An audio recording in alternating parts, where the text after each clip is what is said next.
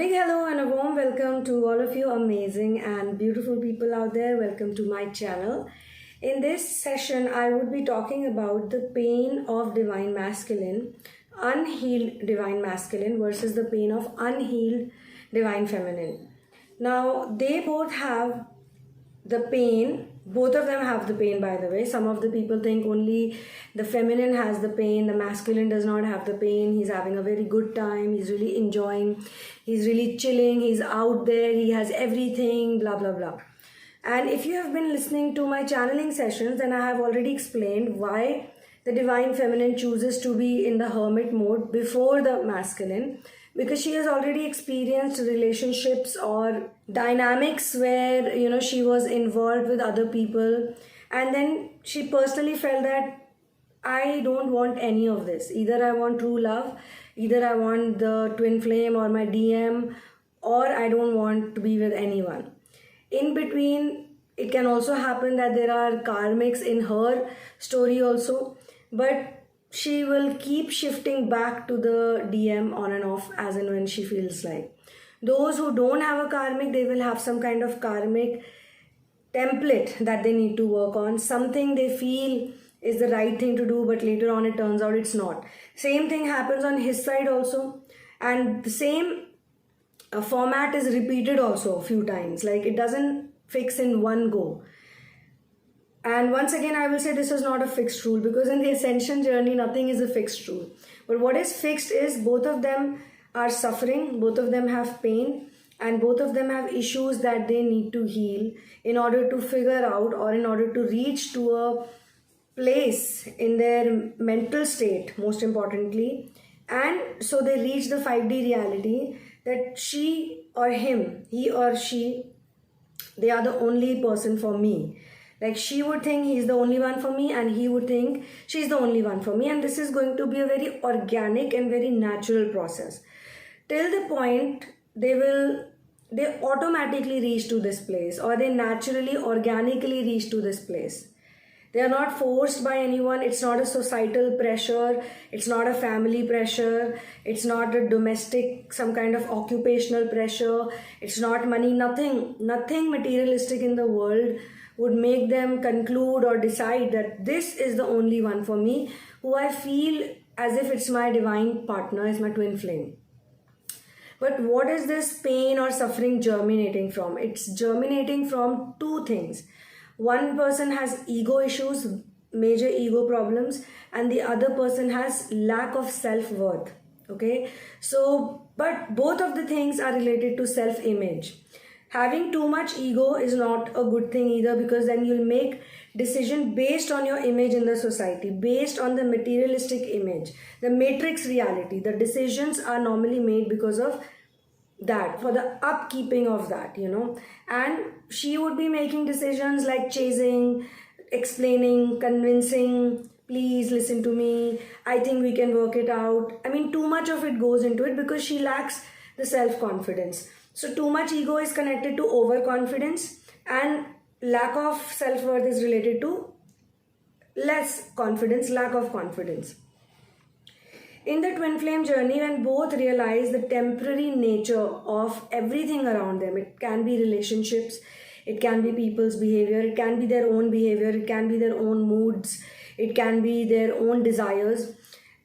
The same divine feminine who's chasing the masculine, in this journey, she also reaches to a point where she doesn't want him at all. She doesn't want to talk to him, she doesn't want to do anything with him, she doesn't even want to think about him. And this is the time when she starts getting detached from him. Because only when she will detach from him, she will realize that she was actually attached to the physical image of him. The physical image of her lover should be like this. So there are 10 points or 50 points, number of points. There is a love list, okay, according to which he should be. Same thing is for him. He's thinking in his head that this is how my lover should be, this is how my partner should be, this is how she should behave, and this is how she should treat me. But both of them realize in the journey, during separation especially, a lot of people ask me why this separation is needed, because they don't have patience and they're too clingy, or they're too attached to the wish fulfillment or the manifestation of the union. they get very, upset about the separation phase. But please think about it. If there is no separation phase, nobody is going to do inner work. Everybody is going to be in the comfort zone. Separation is for two reasons. Number one, for the DM and the DF, that they should do inner work. They should focus on their inner work. The DF should raise her self-esteem, self-worth, and the DM should reduce his ego, kill the ego literally. Both of them have an ego, but one person's ego is coming from low self-esteem, lack of self-worth, neglect, being ignored by adults, people not fulfilling promises that were made to her even in childhood, like simple things, small things. If she asked her mother or her father, would you take me to this party? They would say, yeah, we'll take you to the party. But when the time comes and she's prepared for it, she's done everything. Even as a child, she's completely hands-on, and she's done everything so that the adults don't have to be responsible for anything. And just when she's very excited, very happy, she has made plans with all her friends, she's decided what character she would play in the fancy dress competition or this or that, whatever it is. And at the last moment, they will say, it's not happening, I have something to do, and if she cries or if she retaliates, they will scold her, even slap her or punish her, reprimand her in some way or the other, that why are you even demanding? Why don't you understand that our work is more important? The adult is more important in this equation. So it's not just about adult to child, but it's simple that somebody made a promise to her, they made her wait, she was looking forward to it, and in the last minute they cancelled it out on her. So this gives a wound. It might look like a very small thing for a lot of adults who keep cancelling things on their child, but for the child it teaches them many lessons.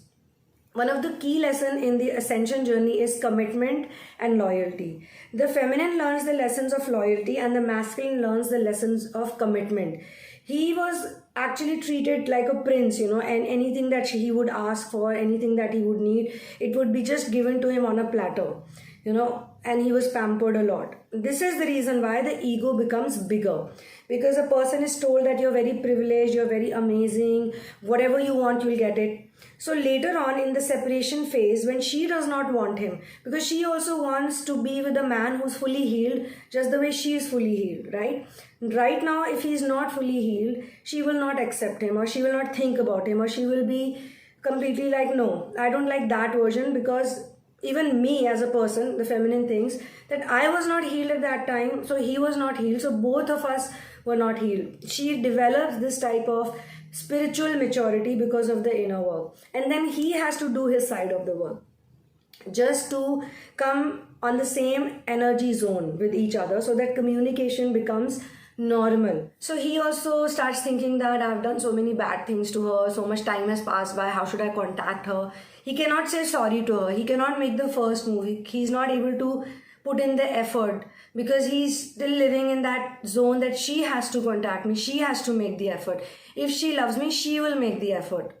Because it was always the feminine who was used to make the efforts, who used to contact him, who used to connect with him, who was chasing him all the time, who was always, pining for him. When that type of energy does not come to him, does not reach to him, that's the time he wants to do the work. That's the time he realizes something has changed, something has gone wrong. That is one thing.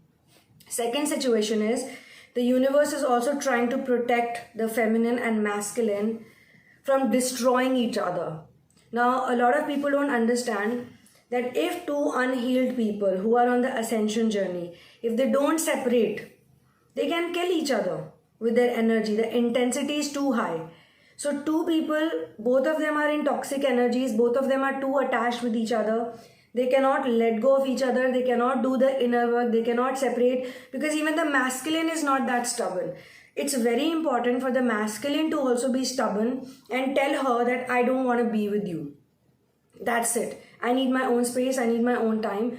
Even if she feels bad, because later on, this stubbornness or this decision making of him is going to break her heart, give her a soul shock. And because of that soul shock, she is going to do inner work. And then later on, because of her inner work, he is going to do his inner work. So you have to understand that this is all linked, and this is universe's way of protecting them from their own toxic energies, from their own anger, madness, frustration. because they need to heal fully, only then they can come together. That's the rule of twin flame ascension work. On that note, I would sign off from this session.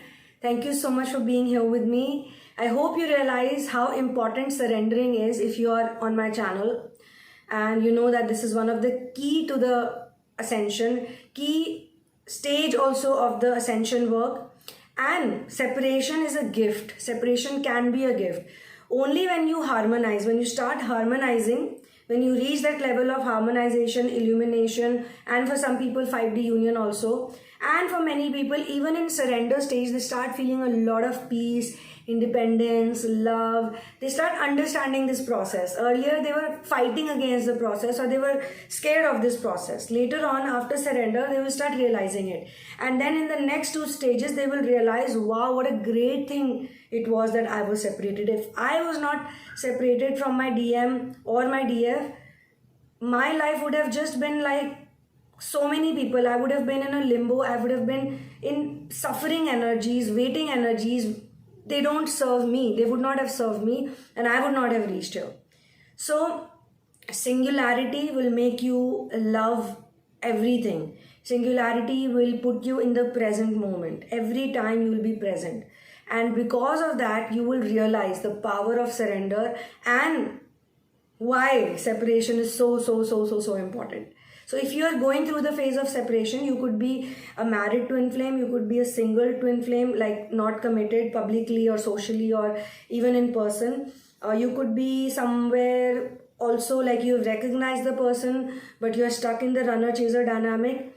And you could be also in a place where you are harmonizing with each other, but still, very confused. There are various stages, and there are also people whose twin flames have passed over, and only after their passing over they have awakened to this fact that they need to heal themselves, they need to work on themselves. So on that note, I would be closing this session. Thank you so much for being here with me. One love and peace out.